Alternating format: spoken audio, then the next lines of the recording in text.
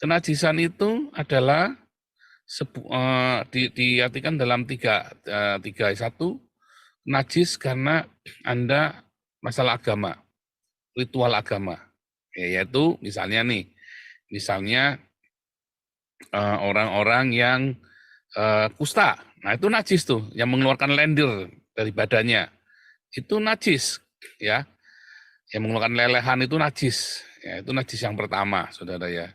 Atau najis yang kedua adalah najis karena nempel sama binatang. Binatang yang najis. Atau benda yang najis. Nah, itu juga najis. Ya, ya, yang berhubungan dengan barang-barang yang najis, ya, atau yang kotor, yang mesti bangkai itu kan kotor kan. Jelas, karena akan bikin penyakit kan. Maksudnya seperti itu ya. Dari sanitasi. Nah, salinitas dan sanitasi itu ya. Jadi itu penting, saudara ya, kebersihan itu penting. Nah, itu juga najis. Tapi yang ketiga, karena masalah seksual ya, seksualitas. Nah, orang-orang yang berhubungan seks dengan yang tidak semestinya itu juga najis. Ya, itu disebut dengan kenajisan. Nah, kata kenajisan ini ya kemudian ada dosa, ada najis tadi ya kita belajar. Yang satu dosa yaitu tersesat, yang satu najis karena satu kondisi tubuh kita. Yang orang Kristen dia tidak berdosa lagi, tetapi dia bisa najis, saudara ya. Dia bisa najis. Dan orang-orang yang najis ini akhirnya dia tidak bisa berkomunikasi dengan Tuhan, tidak bisa mengalami Tuhan dalam hidupnya, tidak bisa punya rema karena najis. Nah, sunat juga, orang yang tidak disunat itu juga najis, ya, definisi najis. Karena apa? Karena di balik kulit katannya itu kan banyak kotorannya, saudara. Di zaman dulu kan ada yang susah dibersihin, nggak? Sekarang kan semua bisa ada sabun segala macam bisa dibersihin. Zaman dulu kita bersihin mandinya di sungai aja seminggu sekali, saudara, mungkin nggak tiap hari mandi, ya kan? Nah, ya, makanya jadi najis hidupnya karena kotor kan. Nah, itulah sebabnya harus disunat. Nah, hati ini juga bisa najis tadi Yeremia katakan, hati yang tidak bersunat. Najis, saudara. Karena apa? Karena Anda punya agenda-agenda pribadi. Anda menyimpan kekotoran-kotoran di balik kulit-kulit katan hatimu itu, saudara, yang membuat jadi najis. Dan Anda menyembunyikan kenajisan itu di dalam hidupmu. Mungkin kamu sudah lahir baru, saudara. Tetapi kamu masih di tengah jalan karena kepahitan, karena Anda senggolan sama teman kantor, sama suami istri, atau teman pelayanan. Lalu kamu jadi punya agenda-agenda pribadi yang Anda tutup, Anda menyimpan dendam, menyimpan ketidaksukaan, ya, menyimpan kebencian, pokoknya tidak suka sentimen gitu ya. Lalu Anda mulai berintrik di dalam komunitas, atau suami istri, atau anak kakak beradik. Oh, itu kenajisan, saudara, jangan main-main ya. Itu kenajisan. Ada kotoran itu di dalam hatinya kotor, saudara. Coba kita buka Titus 1 ayat 15. Nah ini saudara kata kuncinya nih saudara. Bagi orang suci, semuanya suci. Tapi bagi orang najis dan bagi orang tidak beriman, suatu pun tidak ada yang suci, karena baik akal maupun suara hati mereka najis. Saudara, kalau orang-orang yang sudah ditebus oleh Tuhan, kan seharusnya kan diberi hati yang baru kan, hati yang murni. Ya, kalau orang yang belum lahir baru, ya Anda kalau menemukan orang yang tulus hatinya, yang murni hatinya tanpa agenda, susah, saudara. Jadi orang yang adanya orang naif, orang pin-pinbo ada banyak, ya orang pin-pinbo banyak. Tapi kalau murni begitu dia sudah pinter, wah dia lihai, saudara, licik, saudara ya. Wah saya banyak ketemu ya. Ini orang pin-pinbo, ini hatinya baik, ini hatinya baik. Begitu kita ajarin sedikit trik ya, ternyata kemarin bukan karena baik, karena dia belum tahu, naif dia kemarin, masih bodoh. Begitu kita diajar sedikit, ya pakai ilmu kita, yang serang pertama siapa? Kita, saudara. Yang ngajarin itu yang diserang pertama kali gurunya itu kan. Anda kalau ngajarin orang bodoh nih ya, ini ada orang bodoh nih, orang-orang yang tidak di luar, yang tidak di dalam Tuhan itu bodoh, atau siapapun lah. Terus Anda ajarin biar pinter, kamu jangan bodoh begitu. Lain kali kalau kamu disuruh, kamu harus belajar, ya kalau ada orang kaya diperbudak sama temennya. Terus, pertama yang jadi korban kita, saudara. Nanti kalau kita lagi minta tolong sama dia ngitungin sama kita dulu. Dia pakai ilmunya kita buat ngantem kita dulu, saudara. Dia nggak akan berani sama orang-orang lain, nggak akan berani. Dia hantam kita dulu. Percaya nggak? Coba deh kalau nggak percaya. Kalau ngajarin orang, hati-hati kamu dulu yang pertama dipedangnya kamu dulu nanti yang pertama kali diserang pakai ilmunya kamu tuh ya. Kalau kamu ngajari istrimu dan anakmu juga, atau kamu ngajari keluargamu, ya dia akan hantam kamu dulu, saudara. Itu sama ya. Nah, makanya saudara kalau ngajari anak, ngajari anak itu ya, ngajari karyawan, ngajari anak buat pinter itu. Ngajari karyawan apalagi, Anda kalau ngajari karyawan biar pinter, Anda dulu diajar, saudara. Tapi kalau pada orang lain, saya lihat orang ini udah lahir baru, saya ajarin, saudara, karena dia kan tulus. Kalau enggak, dia enggak tulus, yang dihantam pertama kali kita, saudara. Ya, capek hati, capek hati. Nah, ini tips aja ya, tips. Karena sebenarnya Anda ajari juga percuma juga buat dia. Dia lakukan itu buat kita, buat ngantem kita, saudara. Sampai dia memang lahir baru ya. Sebab orang yang suci, semuanya suci. Jadi kalau ada orang lahir baru yang tulus hatinya, dia baru diperbuat, Anda ajari dia, Anda bimbing dia, maka itu kan jadi baik. Ya, responnya akan baik. Makanya orang-orang kalau sudah percaya Yesus, saya selalu bilang baptis. Kalau dia nggak mau dibaptis, saya juga nggak mau terlalu intens sama dia. Ya, tapi kalau dia sudah dibaptis, kalau perlu kita bimbing, carikan kerjaan, kalau perlu kita support hidupnya, gitu saudara. Walaupun tetap ya namanya orang pura-pura bisa saja saudara ya. Tapi kita tetap harus berhikmat. Tapi kita ajarin, kita bimbing. Kalau dia memang sudah lahir baru ya. Nah, karena bagi orang yang suci semuanya suci. Tapi bagi orang yang najis dan tidak beriman, ya nggak ada yang suci. Karena akal pikiran mereka, hati mereka semuanya memang udah najis. Mau ngomong apa? Ya tinggal kamu yang makan aku yang makan kamu, udah begitu. Pikiran mereka cuma itu, hukum rimba. Aku yang ke bawah atau kamu yang ke bawah, dah gitu aja kan saudara ya.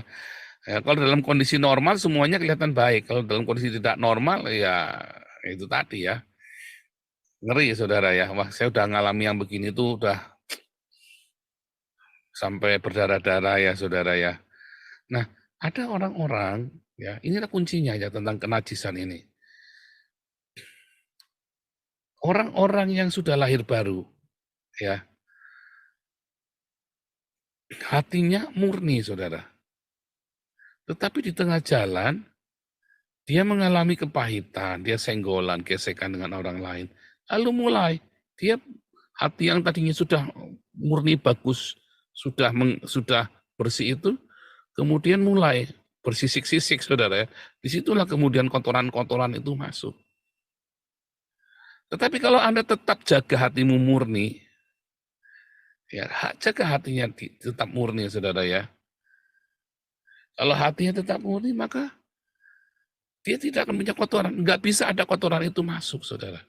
Itulah sebabnya firman Tuhan berkata di dalam Kolose 3 ayat 5 tadi, buang semua kenajisan itu. Biar hatimu tetap murni, saudara. Sebab kalau hatimu tidak murni, maka hubungan kita dengan Tuhan itu, remanya itu jadi merebet-merebet. Ya kan? Kalau rema itu kan satu yang enlightenment kan, terang kan, ya jadi pudar. Frekuensi yang kuat itu yang seharusnya Anda punya akses ke surga, surga memberikan update news setiap hari, update-nya, newsnya itu sinyalnya merebet-merebet, saudara. Karena ada yang tidak murni di situ. Itu penting sekali, saudara ya. Satu lagi kita buka ayat di dalam Matius 5, saudara ya. Matius 5 ayat 8. Ya, Matius 5 ayat 8. Nah ini sama ya.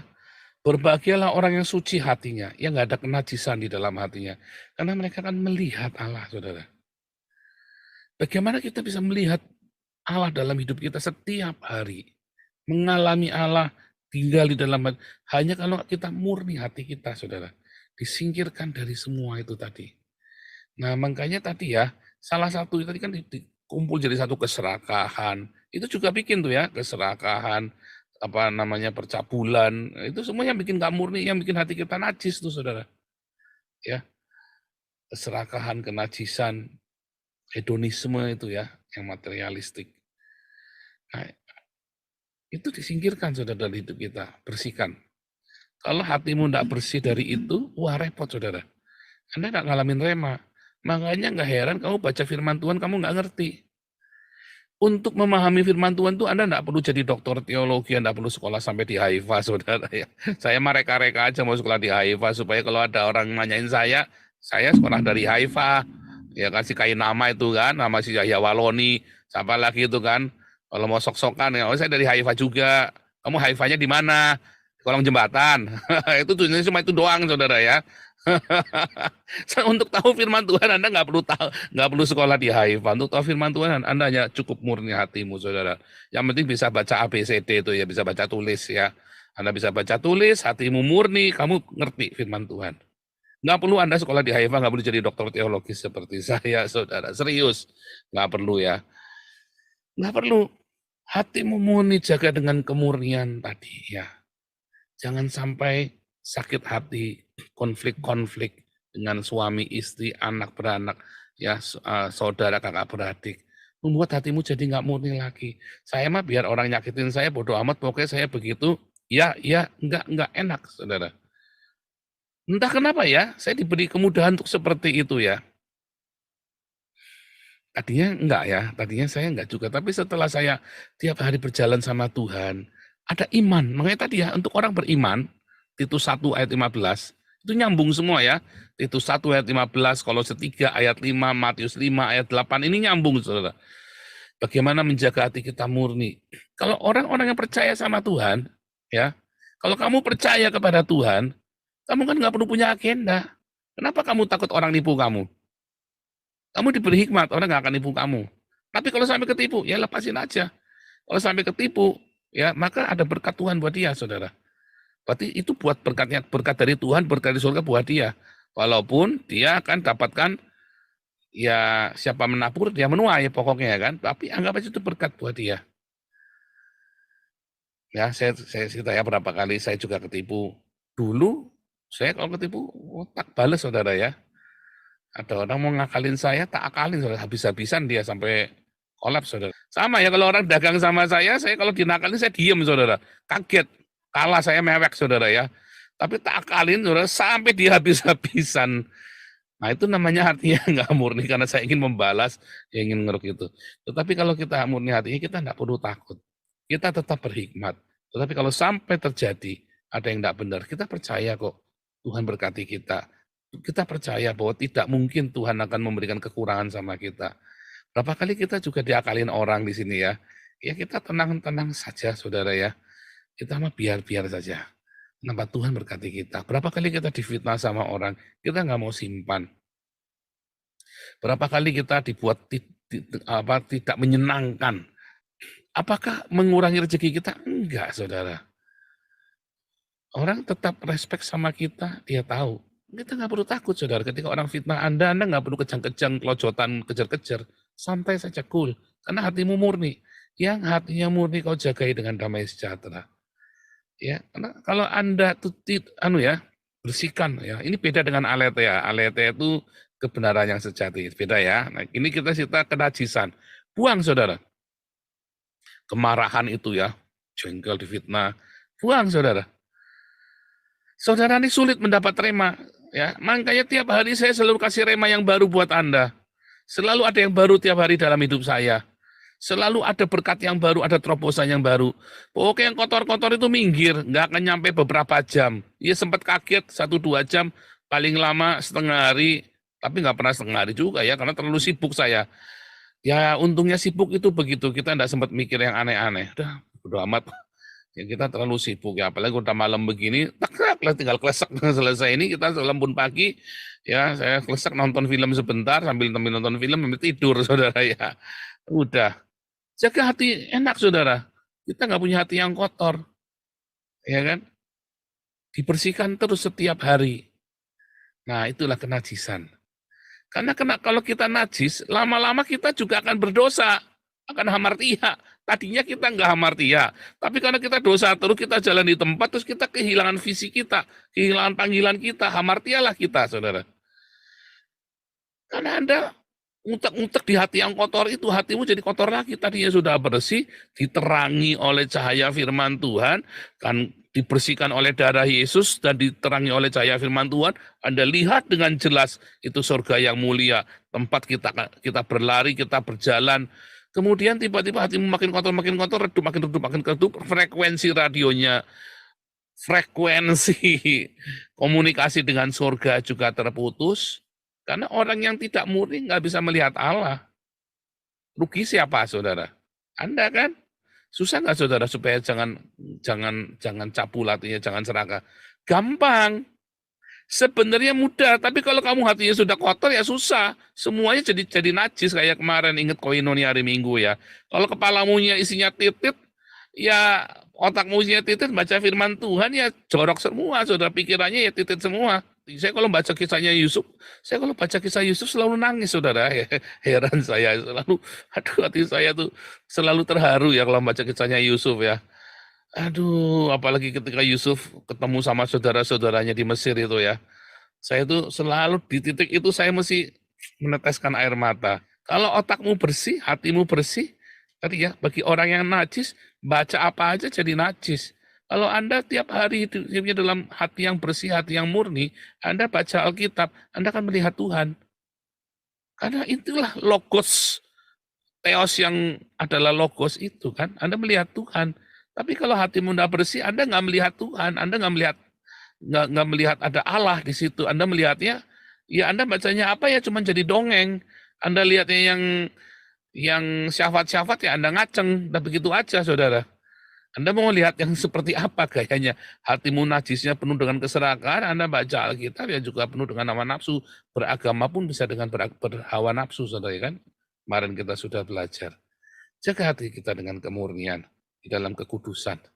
Jangan ada yang najis-najis itu, jauhkan, saudara. Buang, karena itu adalah berhala baru dalam hidup kita. Begitu itu dibuang, tiba-tiba sinar itu terang. Karena sinar itu ada di dalam hatimu bagi orang yang lahir baru ya, saya ceritanya ya, kalau yang belum lahir baru ya enggak. Bagi orang yang lahir baru, ya hati yang najis itu seperti lampu yang ada di pelita itu ya, yang harus Anda bersihkan kacanya itu. Begitu kacanya dibersihkan, terang benderang, celing. Begitu, saudara.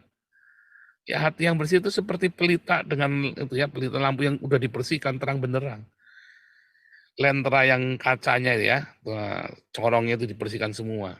Kalau Anda nggak bersihkan, ya nggak terang. Ya, maka bersihkan hatimu supaya terang benderang. Dan ketika hatimu terang benderang akan menyinari semua orang, menyinari dirimu, menyinari keluargamu, menyinari semua orang yang ada bersama denganmu. Makanya Anda harus kasih segel di hati itu ya, anti gores. Nah, jangan mudah tersinggungan, ya. Anti gores, anti hedonisme, anti cabul. Wah, Anda kudu pasang label yang banyak, oh nanti gelap lagi ke sila. Enggak, saudara, bercanda. Tapi intinya Anda harus tahu, ini jangan ya. Anda harus hati itu dijaga. Jagalah hatimu dengan segala kewaspadaan, karena dari situlah terpancar kehidupan ya. Amsal berkata, jagalah hatimu dengan segala kewaspadaan, karena dari situlah terpancar kehidupan. Itulah kenajisan itu. Kehidupanmu akan terpancar, saudara ya. Tuhan Yesus memberkati.